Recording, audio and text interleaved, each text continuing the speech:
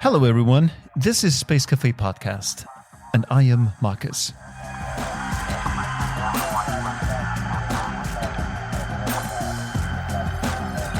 My guest today served under 3 permanent NASA administrators and during 3 presidential administrations. Okay, again, I want to make sure I check. I test it. Stand by. Check. 1, 2, 3. 1, 2, 3. He is one of NASA's most successful science directors, with James Webb, Artemis, commercial astronaut experiments on the ISS, DART, the asteroid impactor mission, Ingenuity on Mars, and at least 96 other missions under his belt. Ladies and gentlemen, please welcome Thomas Zurbuchen to the Space Café Podcast studio. Okay, we're rolling.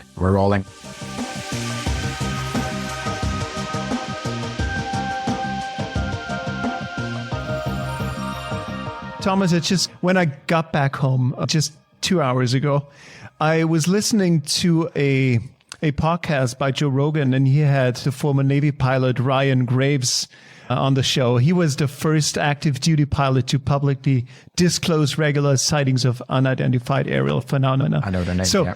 The question is there any intel you as a scientific director of the NASA might want to share? Well, look, so the answer is no, not of the type that your question is implying. And I just want to tell you our policy and our practice, and that's really in all dimensions, has been that the data we have, we make public. Okay. So in other words, if there was in our data set, in our science data set, looking at the Earth with right now almost 24 spacecraft, 24/7, looking at the sky with many more, if there was any evidence of the type that your question is implying, you would know, and we would put the data out.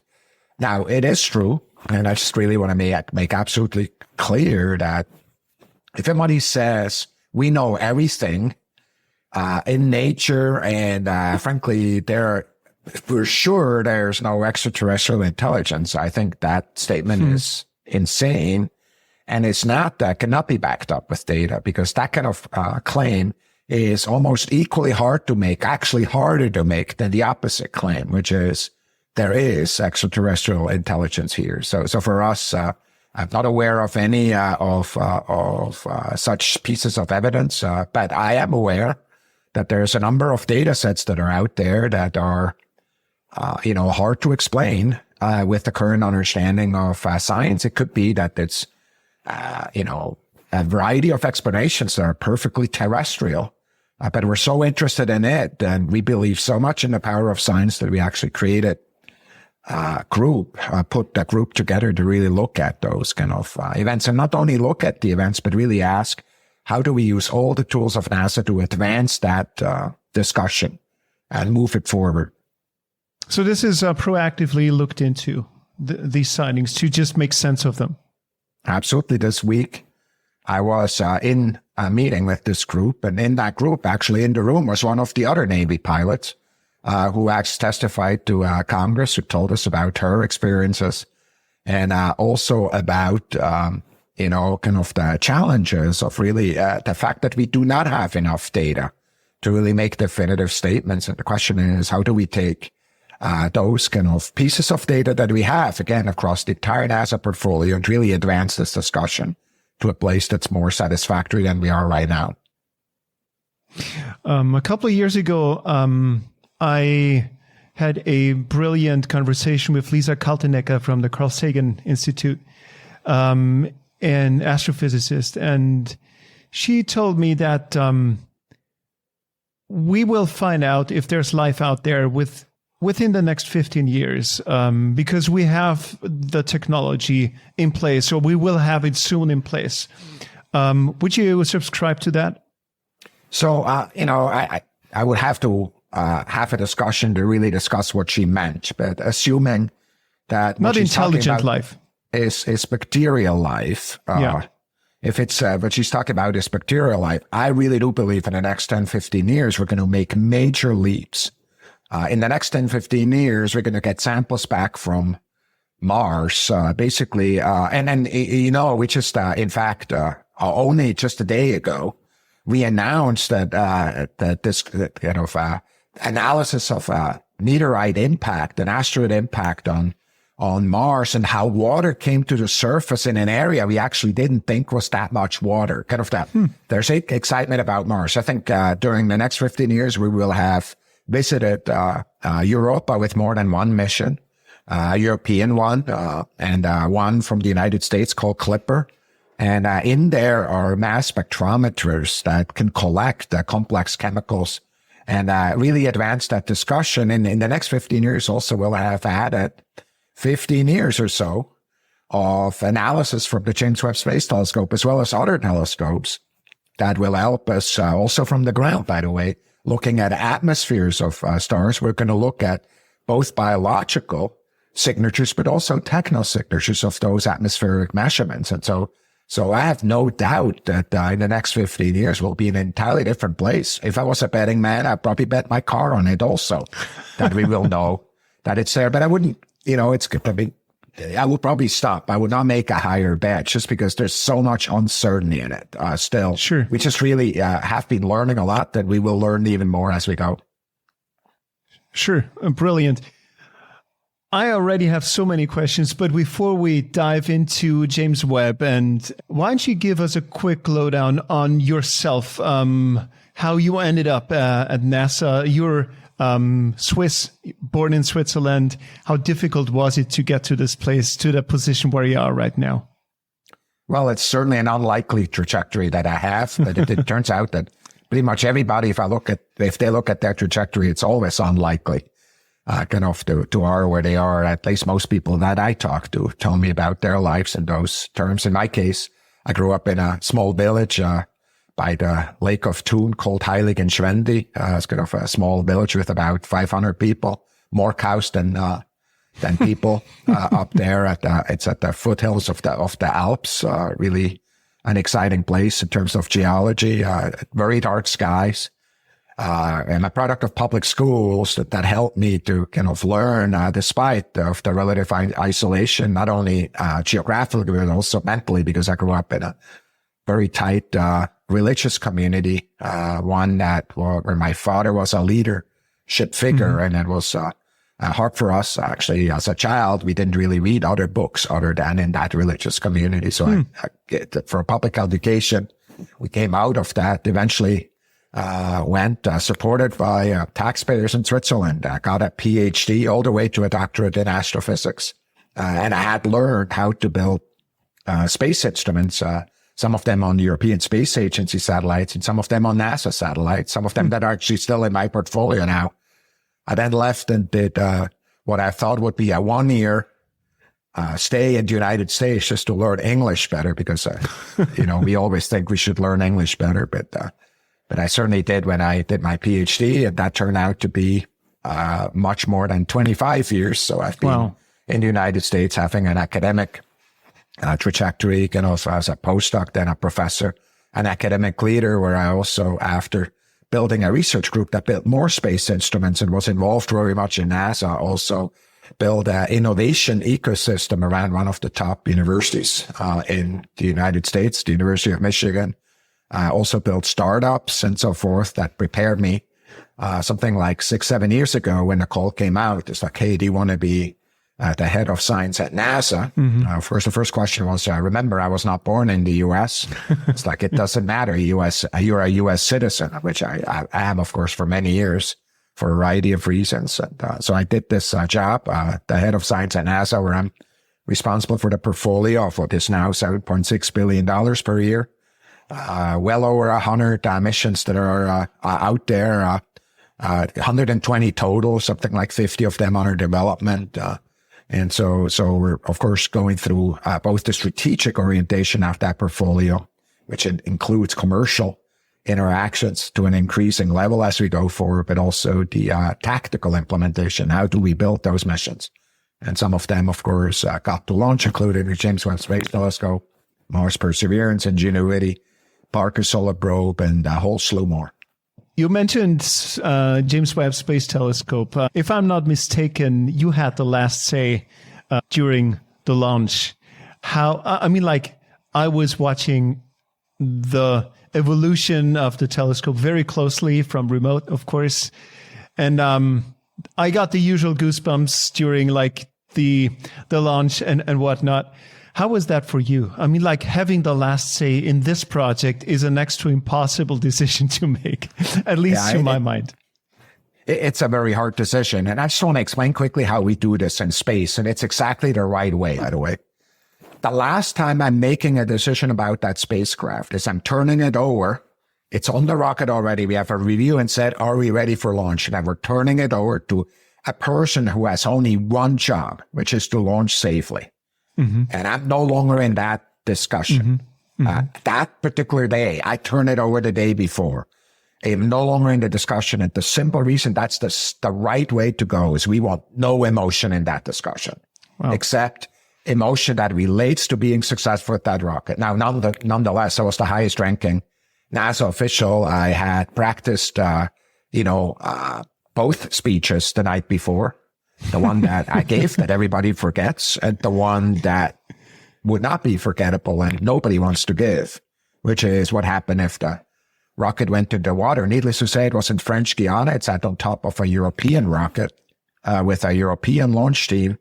And it was nerve-wracking. These kind of things are, of course, what makes space and rocket science what it is, right? It's really hard because it kind of think of it as like the ultimate one-way decision, the one-way door decision, right?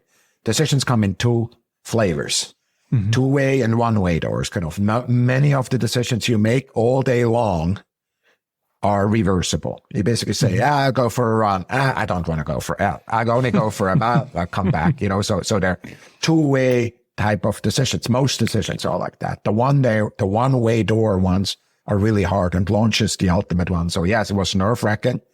But what an amazing success of that launch team around Arianespace, CNES, and the European Space Agency. And then, of course, our NASA team that did all the rest, deploying that whole thing out there.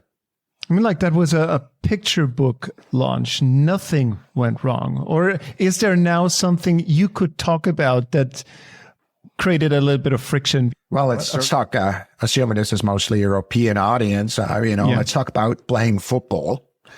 And you always ask, how good is the team? And you go to practice, you go training and so forth. But there's only one way you know how good the team is, which is on Saturday or on Sunday when they're on the field together. Right. So we had a lot of challenges on the way there, including with the launch vehicle, including with the team, including the fact that we had the launch processes were in French and we had an American team integrating. But we practiced, we came through. It actually really helped me, by the way, that I spoke French and German. So kind of my Swiss background was like a magical kind of contributor, because I was speaking in French with some, German with others, and English with the third group. And we got there. The launch, I want to tell you, was picture perfect. It was so good that the release of the launch was so much better that the fuel that we saved in trajectory correction basically added 10 years of lifetime. So the launch was absolutely perfect. When we started deploying, we had some issues we can talk about. But needless to say, all of these issues were resolved so quickly that when we were actually done, the day we were done was exactly the day we predicted based on the launch. So it's as smooth a game that you could win. So, but again, it's not because it was an easy game. It's just because we practiced our behinds off and we were ready. Was this maybe also, in a very positive sense, a stroke of luck that everything ran so smoothly? Because I could imagine, maybe you could speak to it a little in more detail, that's such a complex endeavor. There's so much that can go wrong. So it must be a little bit of stroke of luck that nothing goes wrong and everything runs smoothly. So maybe you could speak to how complex such a mission is and why it's so difficult to make it happen. So, think of complexity of a space mission. And kind of you think of three things. The first one is, how likely is it that the launch works? And it turns with an experienced launch team and an experienced rocket, it's probably 95% accurate. So 1 in 20 or so tend to have a problem on the average, right? So that's that. So it's, I don't know. I want to tell you, if your job, your life, kind of professional life depends on it, that's scary. Ariane's spouse is incredibly successful. So statistically, there was actually the likelihood of failure is significantly less than 5% just statistically. But, just think about it in those realms then. So typically, for most missions, basically the launch is, I would say, 80 to 70% of the risk. Once you're through the launch, you've deployed, the mission is very likely to be successor. There's two types of mission that I've been involved in that are different, where the launch is a low contributor to the overall risk. One of them is landing on Mars. The second one is James Webb Space Telescope. So to land on Mars, basically statistically, humans that have tried to land and go in orbit around Mars have been successful about 50% of the time. So our team is very successful among them, but, we have 8 successes in a row. But nonetheless, if you're not scared of landing on Mars, you're not understanding what we're doing. So basically, to do that, the one metric that really should sit on your mind is, there's about 85 things that need to go perfectly for a landing to occur. Like 85. The parachute needs to go up, wow. 85 or so. So, and again, the success and failure rate is of the order 50%, which is 10 times worse of the order than launching. Okay, now take Webb. Based on the number of things that need to go right, it was 3 times more complex than landing on Mars. So that's the way you should think about it. So 300, close to 300 things needed to go perfectly. All of them, and any one of them, if it didn't go perfectly, we call those signal point failures. If they did not go perfectly, we don't have a mission. So that's how I would think about it. Fascinating. Speaking of Mars, Elon is out there trying to push the envelope when it comes to dominating the communication sphere when it comes to colonizing Mars, making us an interplanetary species. But from your NASA perspective, how realistic is it that we will land anytime soon with human beings on Mars? So if you ask, how realistic is it that we're landing with human beings on Mars? 100% realistic. And when you say anytime soon, I need to ask, what do you mean with it? Right? If you're asking me next year, the answer is 0% likelihood. If the answer is 5 years from now, there's some likelihood, but it's still low. If the answer is towards the 30s or so, end of the 30s, we're getting closer to up the curve, moving towards more than 50%. So for me, and kind of the details will depend on success we're having in the next 2-3 years. So if Elon is really successful with Starship, which we at NASA have bet on with our moon, strategy, if he is successful, that likelihood just went up.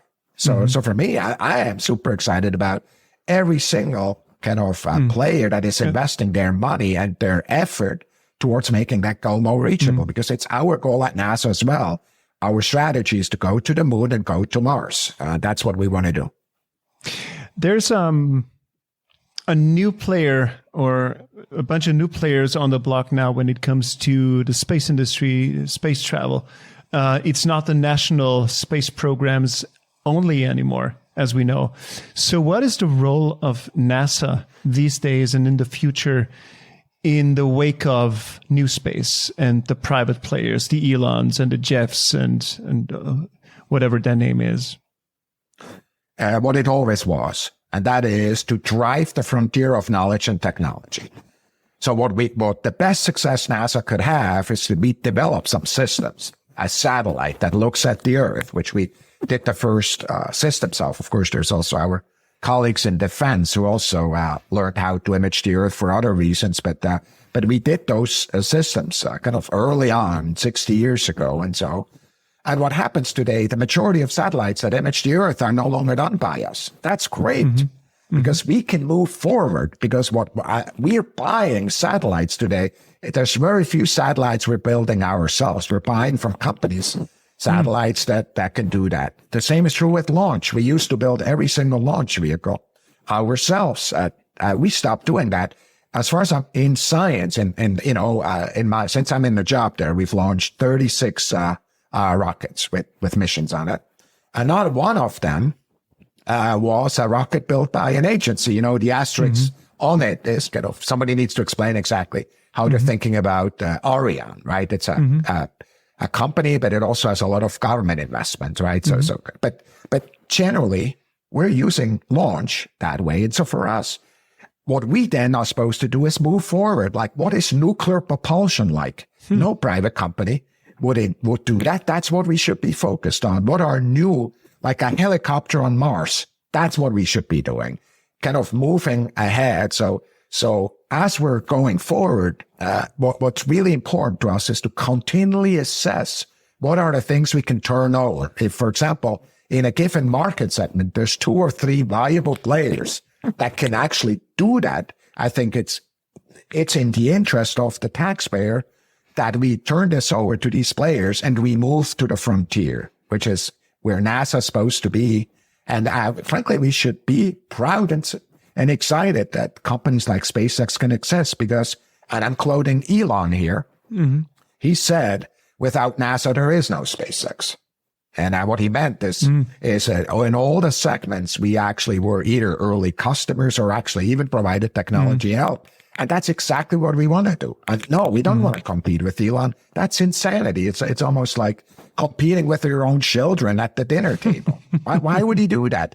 The goal is to create success together and create more opportunity space for everybody.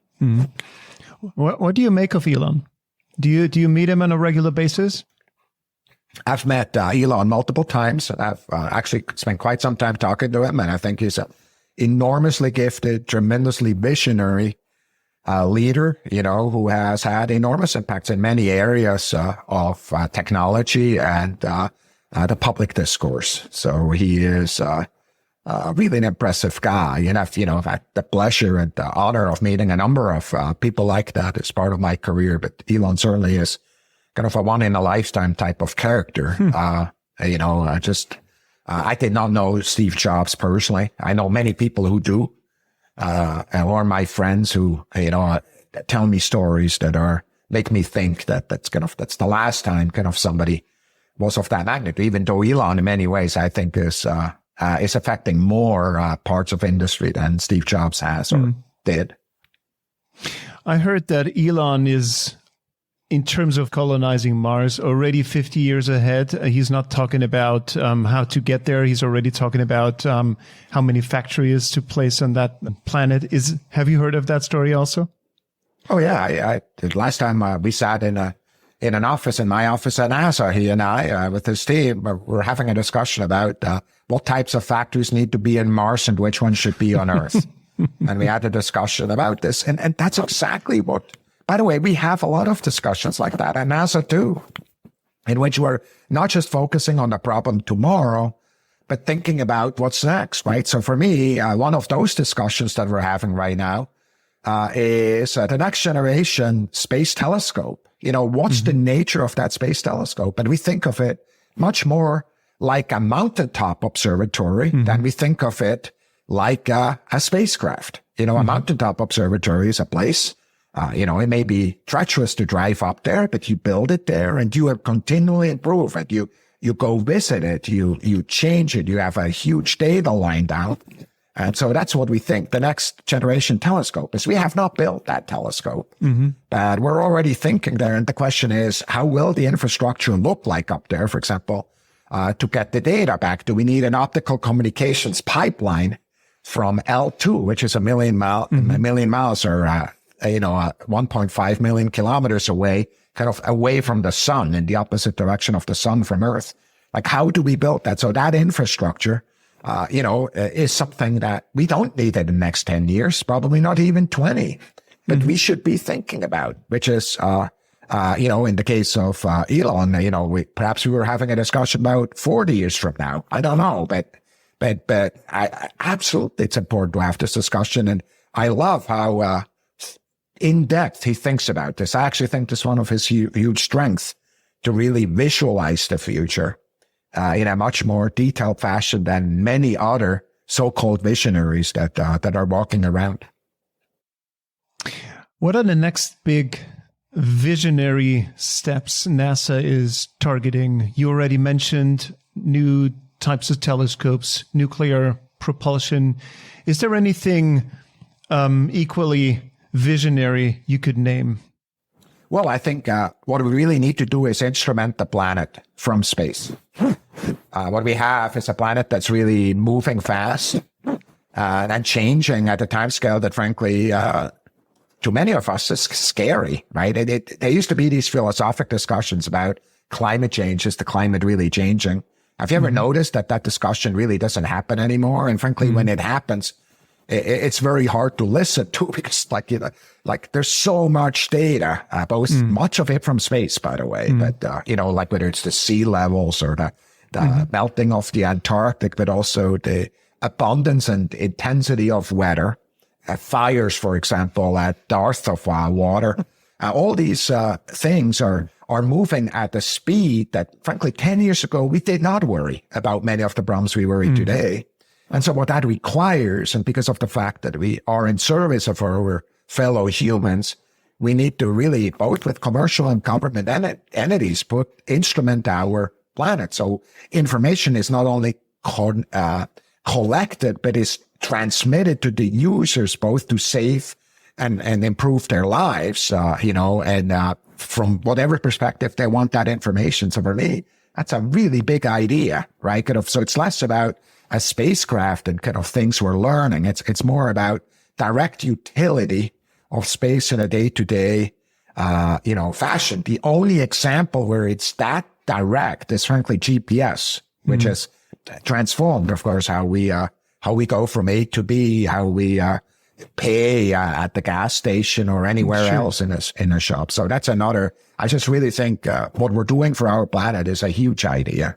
And one, frankly, that is full of problems, because the moment I say that, you want to ask all these other questions. How about some of the international part players that are very proud and don't want to play with others? How about kind of the polluting of the low Earth orbit, which, can occur if too much gets put up there? So there's a lot of challenges that relate to that. Are there any concrete examples what that instrumentation of the planet could look like in the future? Are there any ideas out there you could already talk about? Oh, yeah. So I think the best ideas that we're working on, both in the private sector and the government sector, is fire detection. It used to take almost a day for fires to be detected and basically being implemented. And what we're really trying to do is get that down to a fraction of an hour now, or near real time, by frankly having autonomous detection. There's AIML on top of a spacecraft and basically sending the information down into the hand of decision makers that go out there. Because, as you know, a fire that is the size of your foot or the size of your garden is a lot easier to get rid of than a fire that's the size of an acre or bigger, right? And so it's that recognition that does that. A lot of the weather forecasting, many people miss quite how massively weather forecasting has improved and how successful it is. Frankly, it's hard for me to listen sometimes to people who are just not looking at the data, because if you look at, for example, forecasting of severe storms, hurricanes, and things like that, the accuracy of these forecasting is a factor of 2 to 3 better than it was even 10 years ago.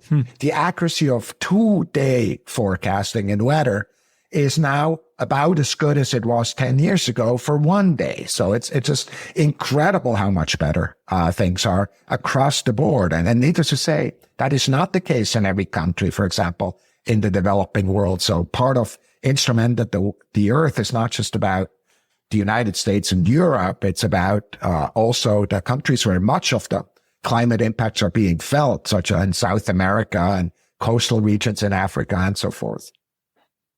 Focus on the planet seems unusual because NASA would usually look outbound, and not inbound. Is that something where you would say that this is a collective effort also by NASA to help us have a healthy tomorrow on this planet? Because we seem to learn every single day that if we do not act now, something will severely go wrong. And there's a point of no return we're approaching rapidly. Maybe unconsciously or consciously, is NASA turning its collective decision-making and visionary power to our own planet? So from the beginning, when NASA was formed, the exploration of our own planet was part of that. And one of the things I wish I knew how to change, if you gave me like 3 wishes, what do you want to change about NASA, is to make better known the kind of amazing work not only we've done in the past, we're doing today. All the weather forecasting satellites in all of the United States, much of a third or so of the forecast power in Europe comes from satellites that our organization at NASA is building for other agencies. The entire kind of record of imaging of land use, Landsat program, NASA's building those spacecraft, and we're building we have 24 spacecraft in orbit right now. There's another dozen or so we're going to launch in the next 2 or 3 years. And some of them have massive improvements of capability. We just made a public last week, the first observations of high resolution hyperspectral imagery.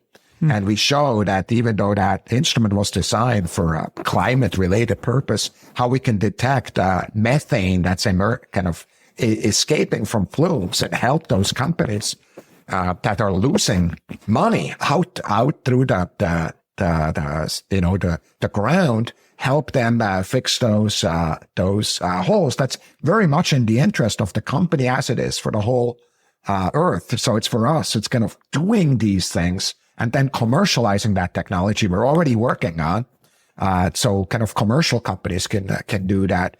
We've been doing that. I think what's different is the sense of urgency. It is much different. So the fact that you're saying, hey, we need to enhance our focus relative to what we did before, that's a very good assertion and one that I would sign with my name.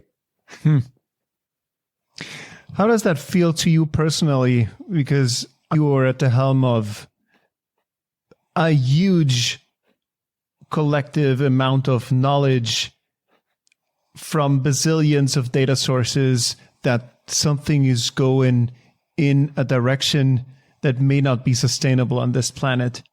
At the same time, seeing, like the United Nations announced yesterday, that we're doing nothing at the moment to mitigate that problem, that issue. How does that feel to you on a personal level? Well, it's a sense of responsibility and duty we have because what we know as compared to other data providers, we have a much better trust ratio of population. Kind of the data we tend to put out, people basically say, hey, it's, we believe it. And of course, that's because of the principles of putting all data into public. So you actually could go check yourself whether we did it right. As we're going forward, we're actually also going to we're transitioning in the next 2-3 years, all code into the public domain also, because we think that trust factor is really important because, the difference between knowledge and action is that trust in the middle. And, the trust, of course, is in many different domains. It's in the business domain. We're not anti-business. We're for the earth, when we need good businesses for that. We see huge opportunities on the economic sphere, for this, right? We're also not anti something, right? We are for the future. And for us, I really, but the way I think you make progress often, it's kind of, and it's not just, in this particular places, you have a sense of tremendous importance and a sense of urgency. Those are the good to good boundary conditions. There's still a lot we need to do, though. I feel we have not kind of been successful at a level that we need to be. And so part of it is that we do a better job internationally collaborating. The European Space Agency is our closest collaborator. We're very much aligned between the two of us. North of 85% of all the data on the planet from space, especially if you add the commercial providers of these two economic spheres, you add them, it's more even. We have those data. So how do we make it useful? So as a leader, I'm unhappy that we're not at the level yet that we want to be and need to be, and put everything in my power to make that happen. Is that a political mishap? Is it just the political level that we could be criticizing here for not acting? It's my personal belief that that's always an easy answer, and it's almost always the wrong one. Because the point is, especially in a democracy like ours and so many of the countries in Europe, what's on the mind of the citizens is what will be on the mind of the politicians. And for us, I think, the political sphere, part of it has to do with the dynamics of who's supporting whom to what effect, during elections and otherwise. I understand that, but it's our job to be of use to citizens, to be of use to people that we meet in Main Street and in Wall Street, kind of organizations that we meet there, and really struggle to kind of find the right solutions and also the right explanations. It is over time, I think what has happened inadvertently, unfortunately, is that kind of the sphere of science and the sphere of life over so many years has been separated from each other, kind of in a way that the scientists live over there, feel really good about themselves, but are relatively isolated, unfortunately, in many of the cases from life and the futures of the loved ones that are in our families, in our neighborhoods. And so I think what is important, what is critical, is to kind of recognize the responsibility of both. It's on the educational side to make sure that the science methodology is in fact being taught to all, but also from the science side. I mean, it is our job to communicate. At NASA, we always say science is only done when we're communicating it. It's not when we have a publication. Communication is part of the pursuit of science. And communication, as always, is relating to understanding, not to talking. To me, as a European, NASA has always been the masterful communicator, in contrast to our own ESA over here in Europe. Because, getting the NASA sweaters at H&M in Europe, in Austria and Switzerland, that's a brilliant marketing stunt. Do you think that dates back to the history of NASA and the great achievement so far, or is there something else? Is there a different mindset that separates the two worlds? So first and foremost, I actually think ESA, the European Space Agency, has made major progress on their communication. There's many things they do really well, including some of their human exploration people. I know Thomas, I know, the various German astronauts, Gerst and others, right, who are doing just an amazing job. If you go look at their social media profiles, they have 1 million+ followers, and people are listening to them. They're filling places. You also look at the Earth Science program that ESA is doing. I think it's frankly, every once in a while, if I want to annoy my team, I tell them they did this better than you. So I think we're very much, if the Europeans can do it. No, I think, look, excellence is all about getting better. It's not where we are, right? The same is true with NASA. I don't know. You need to talk to a brand expert, right? The NASA brand is valued so much. I'm sure it's because of its history in part, but it's also because of its values it stands for. Values of daring, values of moving the envelope, kind of doing new things constantly. And I think I'm proud to be part of that. But I want you to know, I would never want to do it at the expense of any one of our international partners. We want to be part and lift each other to a way that it has maximum benefit for worldwide.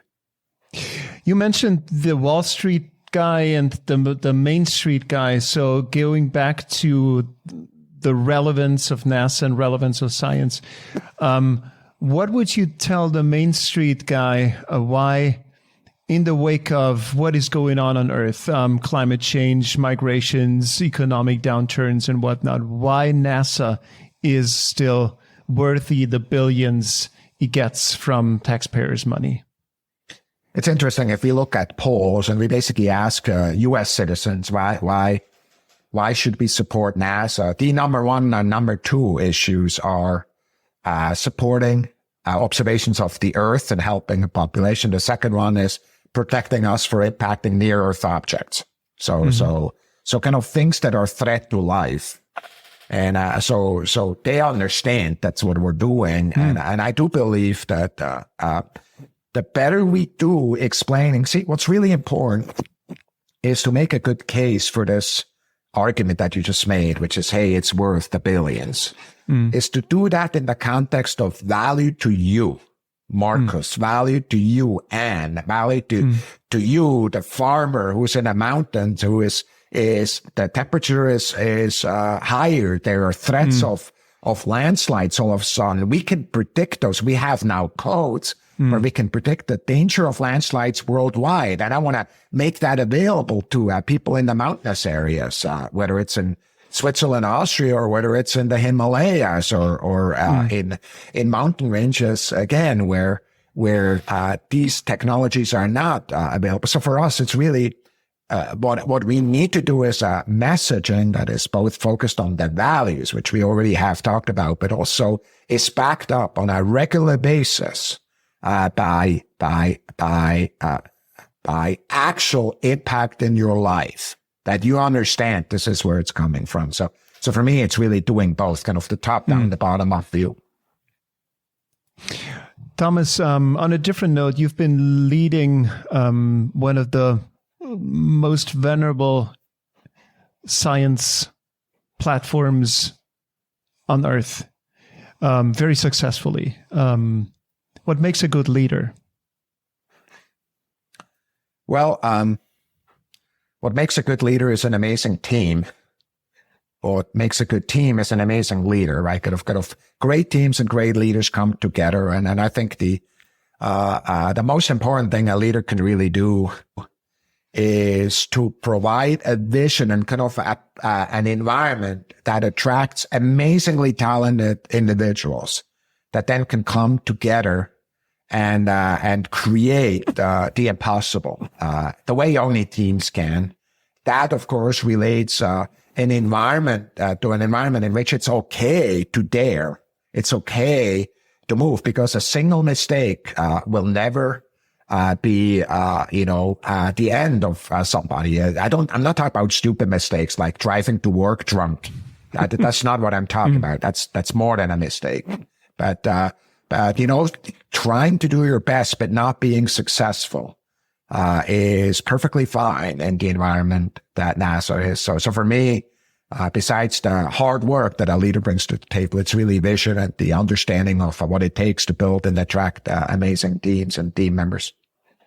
Rumor has it, Thomas, that you surround yourself with at least one or two people who would question each and every decision you make. Is that true? Absolutely. I think what we all need to be aware of is no matter who we are, we have weaknesses, right? And so basically, I always, somebody asks, sometimes in interviews, people say to me, what are your strengths, right? I'm a strong decision maker. I work hard. I work fast. Whatever. I could tell you the strengths. So what are your weaknesses? The exact opposite. The exact same thing at different situations. For example, sometimes I make decisions too quickly because I do not have the patience to wait, and so what I noticed in my life, it's kind of the things that I've been most successful at are organizations and teams in which I had a strong voice that said no to me. And so once you figure that out, you go hire that voice, right? So I have a person in my team. It's like, your job is to say no to me. So it's like, and frankly, over time, what that does, it actually creates an environment where everybody can say no to me. Now, make no mistake, at the end, when we're done with the discussion, I'm making the decision and we're done. And it's a single decision and, we're done. But on that process there, in which we're giving the space to try to find the best decision, God, we need to say no to each other. And frankly, I spent the whole morning today, trying to make a personnel decision in which we were in a room and we talked about, using a process that social scientists figured out. It's not some kind of Thomas process. I'm using processes that are best in class. Kahneman, the Nobel Prize winning economist, has described how you should do that to reduce implicit bias. So it's really important to say no to each other. And we did it all morning. So for me, I need that. And I want to create that environment because I don't want to work on my best ideas. I don't want to work on the best ideas that we can come up with. I don't want to do the best job I can do. I want to do the best job we can do as a team because we can be almost perfect. It's incredible how good we can be as a team. I could never do that by myself. Well, is there like a perfect team size you'd recommend having? Too many people, I guess, are an issue. Too few people are an issue. So is there a perfect team size? I think it really depends on what you want to do. When you want to make complex decisions with huge consequences, what's usually a good idea is a multi-layered decision process. Mm-hmm. And using that, you can include other voices, right? For example, you look through a decision through only the eyes of technology, only the eyes through financial and programmatic things, schedule, cost, only the eyes through policy.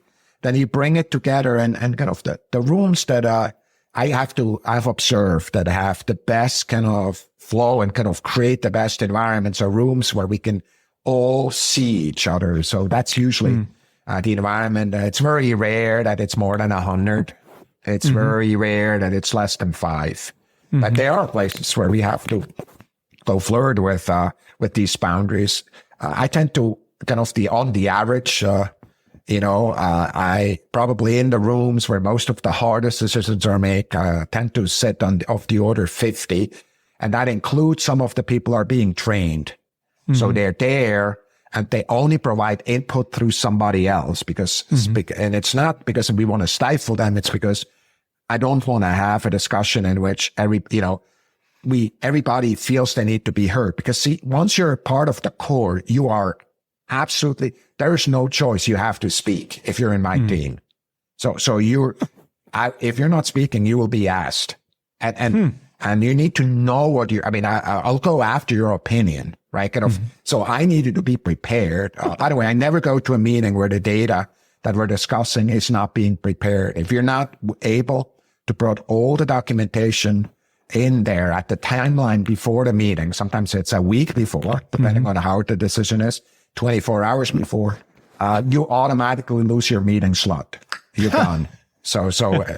And the single reason for that is we want to spend the time meaningfully improving the decision, not learning about the decision. Yeah. If the learning can be done on our own clock. Yeah.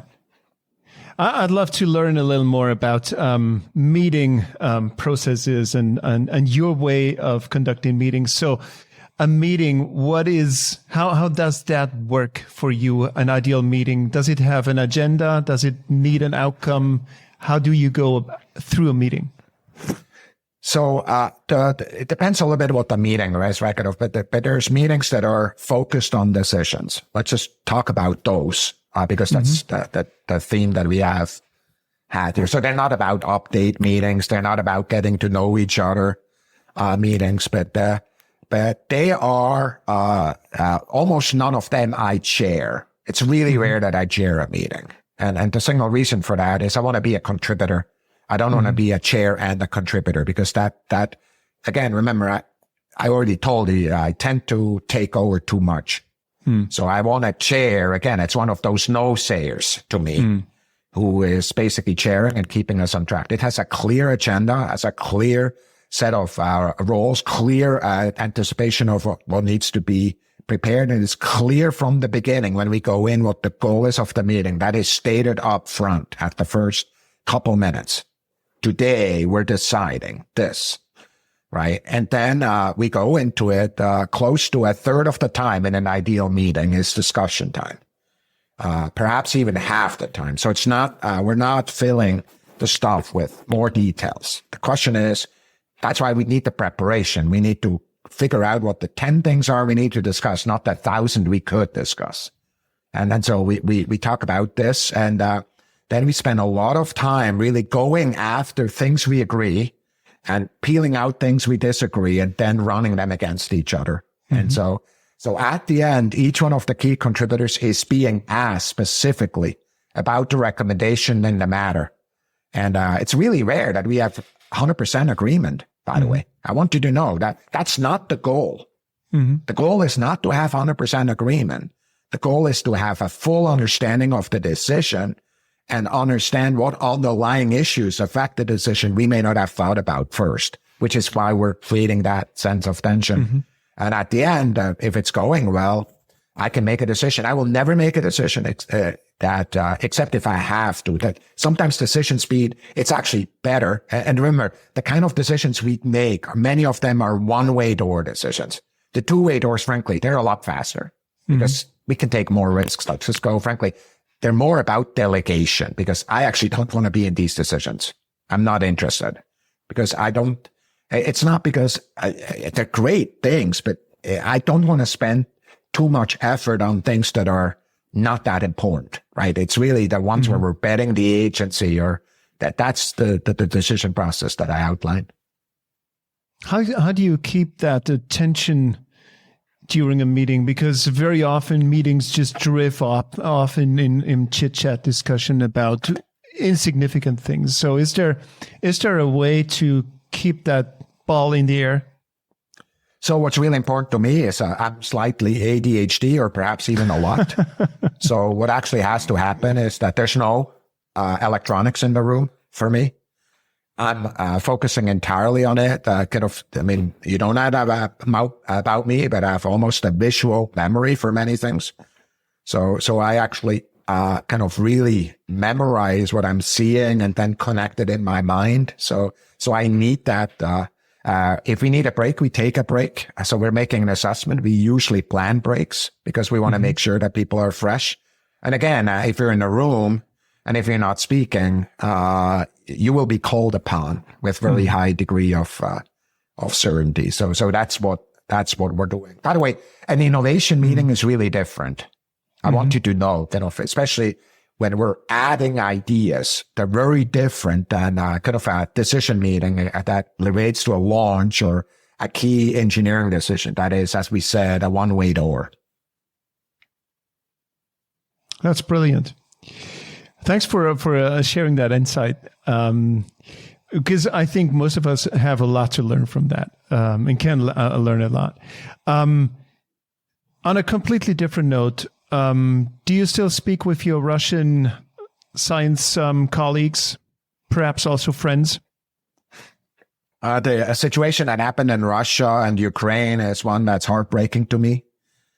As part of my doctorate in Switzerland, I actually spent some time in Moscow, and I have dear friends in Russia. And some of these people, I would trust them with my children. That was always the test for me. Would I turn over my children for 24 hours and without a worry? And they're at that level. They're fully trustworthy. And because of the actions of their government, because of the action of their military and so forth, it had necessitated kind of a separation from some of the collaborations that are there. My heart is broken about this. It's the world is less stable, is more scary as a result of it. So the short and the long is we're not speaking a lot together, and it's for the obvious reason. Sure. Do you think collaborations are coming back between the two superpowers? Well, I think it depends what's going to happen with Russia. I think right now Russia is an aggressor in Europe, in a situation that, the United States, the president, the administration, both parties have condemned. And so the same is true with Europeans.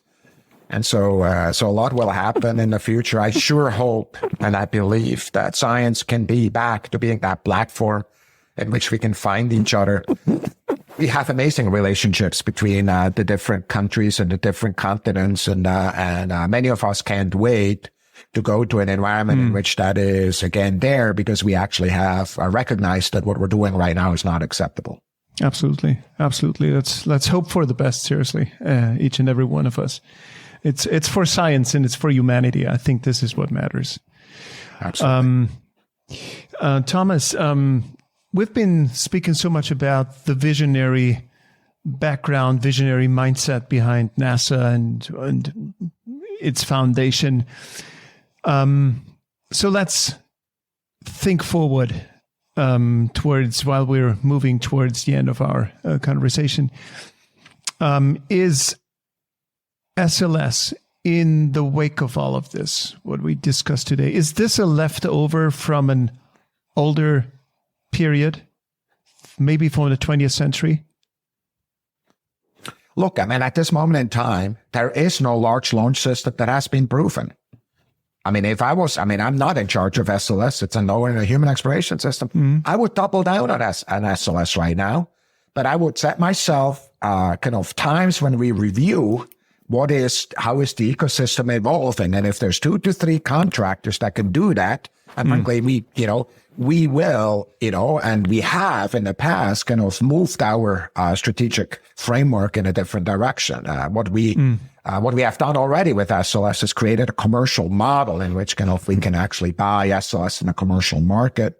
And of course, the viability of that market and in the context of other entrants into that market needs to be proven. But at this moment in time, SLS is a necessity because it's an absence of other capabilities that is there. 10 years from now, it may be very different. But why is that? Why not hand the $4 billion per launch to Elon and let Elon develop that huge launch system further?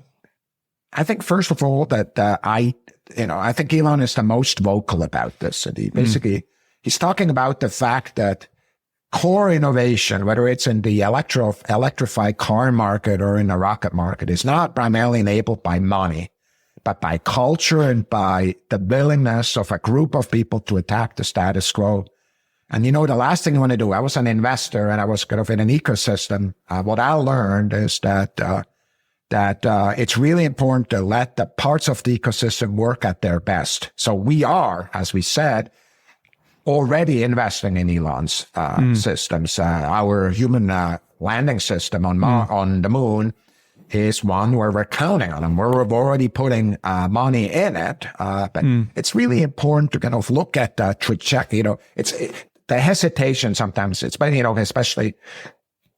Sorry, it's another sound. I don't know why it makes that, but what the danger is sometimes in our lives is that we look at the history only with a myopic view of today. And I think it's really important to recognize that the successes we've had in the United States in the launch market, not many people predicted. I want you to know that. I mean, it affected my life because I was actually one of the early ones who said, hey, they have a real good chance. And many kind of traditional members of the community did not really believe that. So I think the process is playing itself out. And I really do believe, I will be there again at the next SLS launch because the magnificence of the technology that is there and the team that came together, I wish him luck, just as I do for Elon once he gets ready to get his Starship orbital. I think that's another major step forward. And I sure hope that Jeff Bezos with Blue is right behind him.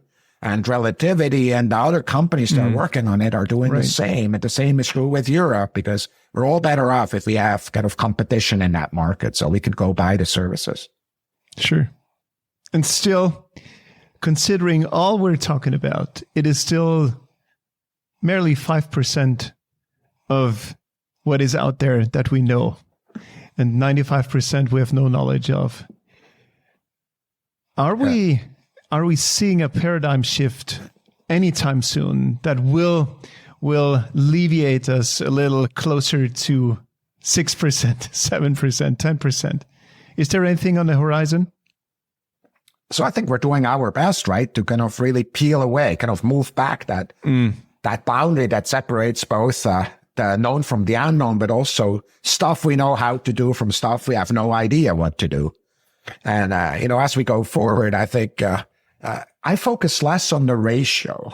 I focus more on really both where we are, how we deploy those tools to the benefit of humanity, but also being motivated to attack that boundary. Frankly, you have to decide what your kind of outlook is on life. Do you want to be a fish in an aquarium that everything, it goes from there to there, and I know this rock and I know this sports because I'm here? Or do you want to be a fish in the ocean? And I'm an ocean animal. I don't know about you. You need to decide, are you comfortable knowing that you will never see the whole ocean? Perhaps not even your whole family will ever see the whole ocean because it's so magnificent. I love the ocean. I love the universe. I love the unknown because I know I'm a small part of something magnificent. Yes. And so are we all together. And we have the opportunities using our tools that we develop to really learn more about that magnificent whole, which is in the metaphor of the fish, the ocean, or in our metaphor, what is knowable, the universe, sets of technologies that we can develop. Who will come up with the new ideas that we so desperately need? Is it another guy from a patent office, or is it a supercomputer, artificial intelligence? Even if it's artificial intelligence, it's run by somebody who's less likely to be successful than kind of the majority of them. That's what we see. The biggest leaps so often come from people with outside views, which is why I'm such a champion for putting diverse viewpoints in the room and also diverse backgrounds and diverse kind of people, women, men, people with different gender orientations, people with different backgrounds, different colors, different upbringing, some of them with top schools in their country, some of them that went through apprenticeships, kind of to community college, we would say here, and bring them into the room because together they could do more, and you can never know. Of course, diversity also means that we also want the traditional people in the room because it does not help to create a us versus them community. That's not useful. Thomas, I'm a child of the 70s, and I grew up glued to the words of Carl Sagan.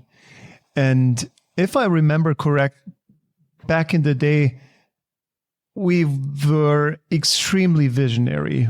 Anything was possible when it comes to space travel and space visions and whatnot. So is there anything left of this attitude? Has anyone ever considered building a true Star Trek type spaceship? Of course, let's not talk about the terrestrial technology because that could be an issue. But I mean, seriously, we have such a small space station up there. So why is there not a bigger thing up there that we could travel around with? The technology, I could imagine, would be in reach. What do you think? Well, I do believe that there are people, and we talked about some of them by name, and there's also some others also within some of our space agencies that are pushing the envelope. I would just argue that the James Webb Space Telescope is one of those aspirational machines we just talked about. It's very different. We've never seen one like it. That, it's a stuff of dreams. And, I don't want to say the space station, if you just look at the technologies that are there, there's nothing wrong with the space station. I really love that we did it. It's just important to recognize that our job is to learn more. That's why we need to move. So it's not because so what's really hard about innovation sometimes is we think of innovation as saying no to something, kind of, and by the way, that is often what happens, but that's almost never the motivation. It's saying yes to something else, kind of being pulled in the direction of the future. And Jack Dorsey, founder of Twitter, once told me, it's the future is already here today. We just need to scale it. So for me, the encouragement to the entire audience is to not only kind of develop the future themselves, but what's actually just as important, perhaps more important, is to recognize where the future happens right now and be part of scaling it. Because that future that is scaling is really what creates the kind of new normal in the future that today looks like the stuff out of a fantasy movie. What's the one project that excites you the most when it comes to space travel, space technologies? Well, the one thing I would like to work on, and I haven't, is really figure out how to visit the next star. Huh. So for me, in the next 10, 20 years, besides going to Mars, I would like humanity to go learn how to visit the next star. And it's going to take more than decades. But, yes. But like if you look at it, kind of the right way to look at this is kind of on a log axis, right? Kind of, so 10 times the sun-Earth distance is the same distance away as 100. It's the same distance away from 100 as 2,000 to 10,000 and so forth. So we have gone in my lifetime from 1 to 100, right? Kind of with the Voyager spacecraft. What I'd really like to do is start something that goes from 100 to 10,000, and kind of really learn how to do that, because the next one after that is the next stars. Sure. So for me, that, I'd like to work on that. We have a lot of things that we did. We just broke all the records going to the sun, which is one thing that I wanted to work on also. And we launched that. It's called the Parker Solar Probe. We named it after Eugene Parker when he was still alive, kind of that visionary mission. But I want to go the other direction. So that's one thing I'd like to do. We're not working on. Is someone, I was just going to ask, is someone working in that field? Yeah, so we have studies. We're looking at it. We have not made a decision to go for it. And we're trying to figure out kind of what the right technologies are to actually get to 10,000. Because otherwise, if it's just to 1,000, I'm not sure why we would do it. Right? Kind of, it needs to, or if it's going to 1,000, it needs to be really fast, right? Because otherwise we're not leaping, right? Again, you need to achieve big things. You need to kind of make 10x leaps. That's the right way to think. And so for me, that's I sure hope, in my lifetime, we're starting that project and making real progress. There's many others, but that's the one we're not working on enough, in my opinion. Please excuse that's stupid, if it's a stupid question, but is warp technology, could that ever be a thing, or will that ever always be confined to science fiction? I really don't know is the short answer. Theoretically, it has been described as a potential possibility. It would violate some of the theories that we're trusting and that are really successful in the large scale structure of the universe. But it wouldn't be the first time when very successful theories in other domains kind of break down. So it's definitely possible. But at this moment in time, we just really haven't observed it yet, or wouldn't even know how to use it. It would be particularly useful if there was such an entrance into such a drive that was relatively nearby, because otherwise probably we wouldn't know that it exists. Anyway, I don't want it too close, but nearby enough so we can actually utilize it. But the short answer is I don't know. But why would I say no in the presence of ignorance? Sure. Thomas, you're coming close to the end of your directorate. What up next? Well, the first thing I'm going to do is spend some time off. I bought a season ticket in a ski resort, so I want to go spend some time on the snow. It's my favorite sport, just being outdoors and get off away from things. I love that. But the short and the long is I actually haven't really thought a lot about it. The way I tend to live my life, and I've done it previously, I run for the cliff in a given job. I do my absolute best until the last day. Then I take a break and figure out what's next. And surely what I will look for is something that is very purposeful and purpose-driven. It's something that's exciting, both through the kind of lens of science, but also the lens of innovation and the lens of humanity, what's good for humanity. Those are the kind of things I'm going to look for. And so we'll see what that is. I don't know at this moment in time. I'm not telling anybody because of other reasons that I don't know. I just really don't know. Sure. Thomas, we are setting up a Spotify playlist for this podcast, and that Spotify playlist should accompany all the future space travelers, maybe also you when you're going to Alpha Centauri at some point. It's going to be a very long and boring ride. What is the one tune you want to bring with you on that Spotify playlist? Because I will really introduce it to the playlist. All right. Lose Yourself by Eminem. Lose Yourself by Eminem. And it's kind of an unusual guy for a guy my age. But it's all a song about going for it. It's all a song about that moment that person knows when they're standing there and now it matters and going for it, pushing themselves for the benefit of, broadening the experience, pushing themselves to actually try something that's hard, something that is not absolutely clear whether it will happen. And in the case of Eminem, of course, it's about the story in the movie that is there. I have a close connection to it because I actually know the people who recorded the music also and kind of their own story. But for me, I've been very inspired by it. There's others, but that would be it. If I had 2-3 others, I certainly have other ideas. There's a brilliant movie about Eminem. I forgot the name, but I really like the character. It's 8 Mile. Yeah, 8 Mile, totally. Yeah, thank you. So it's the song. It's the title song of 8 Mile, which is "Lose Yourself." That's what it is. Wonderful. Thanks for sharing that. Last question. This is the Space Café Podcast. It's a coffee place. As a former, no, you're never former Swiss. As a Swiss person, you may still love to go to coffee places and now and then have an espresso to energize your body. Why don't you share now an espresso for the mind with me and the audience? Something that inspires, something that energizes the audience.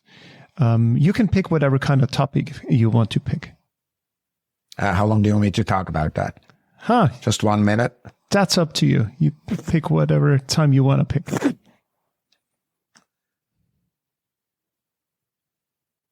If I want to be inspired, and I am each and every day, I think of the words by Carl Sagan about exploring the universe, where he says, I'm at the shore of the cosmic ocean. And what we've done so far, if we've waded in to the water, into that cosmic ocean, only knee deep or so, but the water is really inviting. And so kind of as I look at both what has happened in space so far, but also what we're doing right now, we see that inviting cosmic ocean, a way of it, the shore of it, just the earth itself, our own home, the home where everybody lives, that we love. Our entire history is here.